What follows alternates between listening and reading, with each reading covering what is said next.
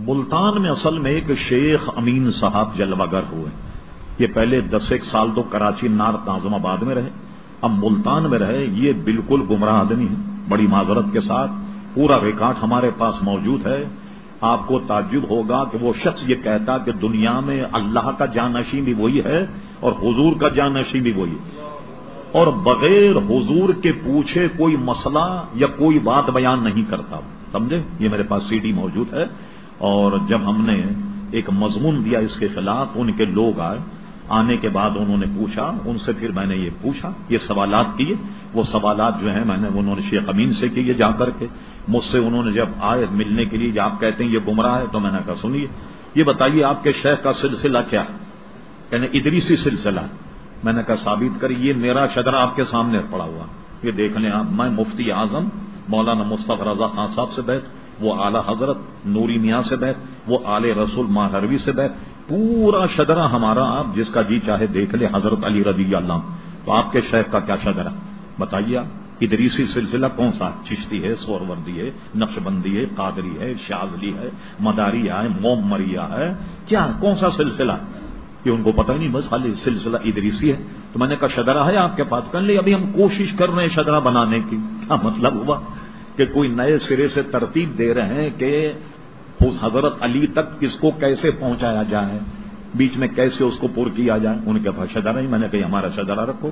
یہ نہیں شجرے میں ہمارے فلاں شیخ کہاں ان کا انتقال ہوا، کون سی تاریخ کو وصال، وہ قبر ان کی کہاں ہے، یہ پورا شجرہ موجود. جو شجرہ ماہرہ شریف بھی کہلاتا ہے، شجرہ قادریہ رضویہ بھی کہلاتا، ہر شیخ کا ذکر اس میں موجود ہے.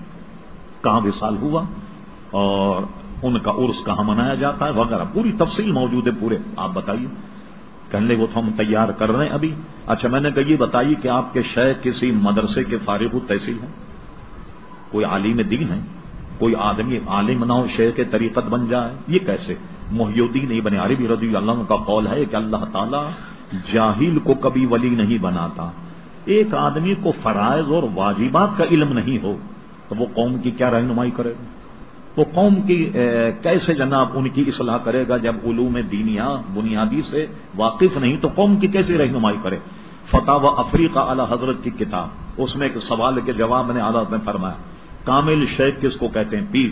فرمایا سنی صحیح العقیدہ، ایمان کے ساتھ تقوی. یہ نہیں کہ مرید تو روزہ رکھیں، پیر صاحب کی چائے کی کتلی چڑھی ہوئی ہے. ان سے پوچھا جائے آپ کیا روزہ نہیں رکھتے؟ کہ ہم وہاں مکہ میں روزہ رکھتے ہیں، دل میں روزہ رکھتے ہیں. اب نماز نہیں پڑھتے کہ ہم تو مکہ میں جا کے نماز. اچھا شادی کراچی میں کرتے ہو، نماز مکہ میں پڑھتے. صاحب تقوی. تیسری بات ضرورت کے مطابق علم. کوئی شرعی مسئلہ پوچھا جائے بغیر کسی کی مدد کی از خود قرآن و سنت میں تلاش کر کے مسئلہ بتا دے، اتنا علم. اور چوتھی بات اتصال کے ساتھ اس کا سلسلہ نبی کریم علیہ السلام تک مل جائے، اس کا شیخ، پھر اس کا شیخ، پھر اس کا شیخ، حضرت علی تک، پھر حضرت علی سے حضور علیہ السلام تک. اس کو کہتے ہیں اتصال. کہیں بھی انقطاع، یعنی یہ سلسلہ ٹوٹے نہیں، وہ کامل شیخ. تو آپ کے پاس تو اپنے شیوخ کی فہرست موجود نہیں. پھر اس کے بعد جناب انہوں نے جواب بھیجا، مجھے ریکارڈ کرا. جس نے جواب سنیے کیا خفیہ طریقے سب کو الگ کر کے انہوں نے سنا ہے جی ہمارے پیر صاحب نے آپ کو پیغام بھیجا. پیر صاحب کا پیغام میں نے سنا. کہتے ہیں اچھا آپ ہمارے شجرے کے متعلق پوچھ رہے ہیں؟ ارے فقیروں کو شجرے کی کیا ضرورت ہوتی؟ سبحان اللہ. کہتے ہیں آپ یہ پوچھ رہے ہیں کہ ہم کس مدرسے کے فارغ ہیں؟ تو اور فقیروں کے لیے کسی مدرسے کے فارغ ہونے کی کیا ضرورت؟ اور سنیں، یعنی سنیا، کہتے ہیں اب آپ نے جو ہمارے ساتھ لڑائی جھگڑا مول لیا، اللہ تعالیٰ نے اپنے رسول کے دربار سے آپ کو نکال دیا.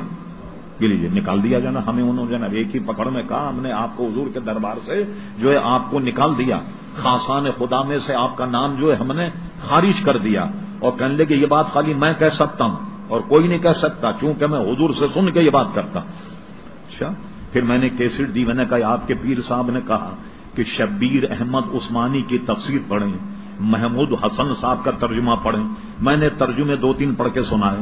میں نے کہا یہ گمراہانہ ترجمہ ہے. کیا حضور علیہ السلام نے یہ فرمایا کہ شیخ الہند کا ترجمہ پڑھا جائے اور جناب تفسیر جو شبیر احمد عثمانی کی پڑھی جائے؟ اور یہ کہتے ہیں تبلیغ جماعت اچھی، ان کی کفریات دکھائیں. یہ سب دکھانے کے بعد ان کے بعد کوئی جواب تو تھا نہیں. یہ جواب تھا کہ ہمیں انہوں نے حضور کے دربار سے نکال دیا. سمجھے، اتنا اختیار ان کو معلوم. سی ڈی سن لیں ان کی. کیا نام ہے، شیخ امین جو ہے اس کے سائٹ پر آئیں. اتنی گمراہانہ اس کی تقریریں کہ آپ سنیں. پھر اس کے بعد کیا کہتے ہیں، جیسے ہم کہتے ہیں ہم حضور علیہ السلام کے سگ فارسی میں کتے کو کہتے ہیں، حقیر، اور اپنے آپ کو کمتر کر کے ہم حضور کا اپنے آپ کو سگ کہتے ہیں. یہ سگ کیوں کہتے ہیں؟ کہ کتے میں وفاداری کا پہلو، ایک ٹکڑا اگر کسی کا کھا لے تو اس کے در سے جاتا نہیں ہے نا، وفاداری کا پہلو، اس لیے سگ کہتے ہیں. ٹھیک ہے. اچھا آپ کا، اچھا آپ سگ ہیں تو آپ کی دم کیوں نہیں ہے، آپ کے دو پیر کیوں نہیں؟ اچھا ہم آپ سے پوچھتے ہیں، حضور علیہ السلام نے حضرت امیر حمزہ کو فرمایا اسد اللہ، اللہ کے شیر، اسد اللہ فرمایا، اسد الرسول حضرت حمزہ اللہ کے اور اس کے رسول کے شیر ہیں. کیا حضرت امیر حمزہ میں دو ٹانگیں اور تلاش کریں گے؟ کیا دم تلاش کریں گے؟ معاذ اللہ. تو اسد اس لیے کہتے ہیں کہ وہ دلیری کے اعتبار سے، وہ جہاں وہ حشمت کے اعتبار سے یہ شیر ہے، نہ یہ کہ ان کے چار پیر ہیں ان کی دمیں. اور وہ کیا کہتے ہیں، ہم سب حضور کے کتے ہیں. آپ سن لیں، باضابطہ سن لیں آپ، کیا نام ہے ان کی ویب سائٹ پر سب کو کہتے ہیں کہ بھوکو، سب بولتے ہیں، سارے کتے بولتے ہیں پورے، کہ ہم سب کتے ہیں حضور علیہ السلام. ایک مرتبہ لیاقت آباد میں 9 نمبر مسجد ہے قوت وزا، وہاں سے جلوس نکالا، سب کے سر مونڈ دیے، جتنے مرید تھے سب کو گدھے پہ بٹھا کر کے جلوس نکالا. کہنے لگے اس سے عاجزی جو ہے وہ پیدا ہوگی، سب کو گدھے پہ بٹھا دیا. ایسا ترقی یافتہ پیر اللہ تبارک و تعالی محفوظ فرما. تو بہرحال ہم سے لوگوں کو بچنا چاہیے. اور اس پر بے شمار ویب سائٹ پر مواد موجود ہے، جس کا جی چاہے سن لیں، اور نہ ملے تو ہم سے لے لیجئے گا.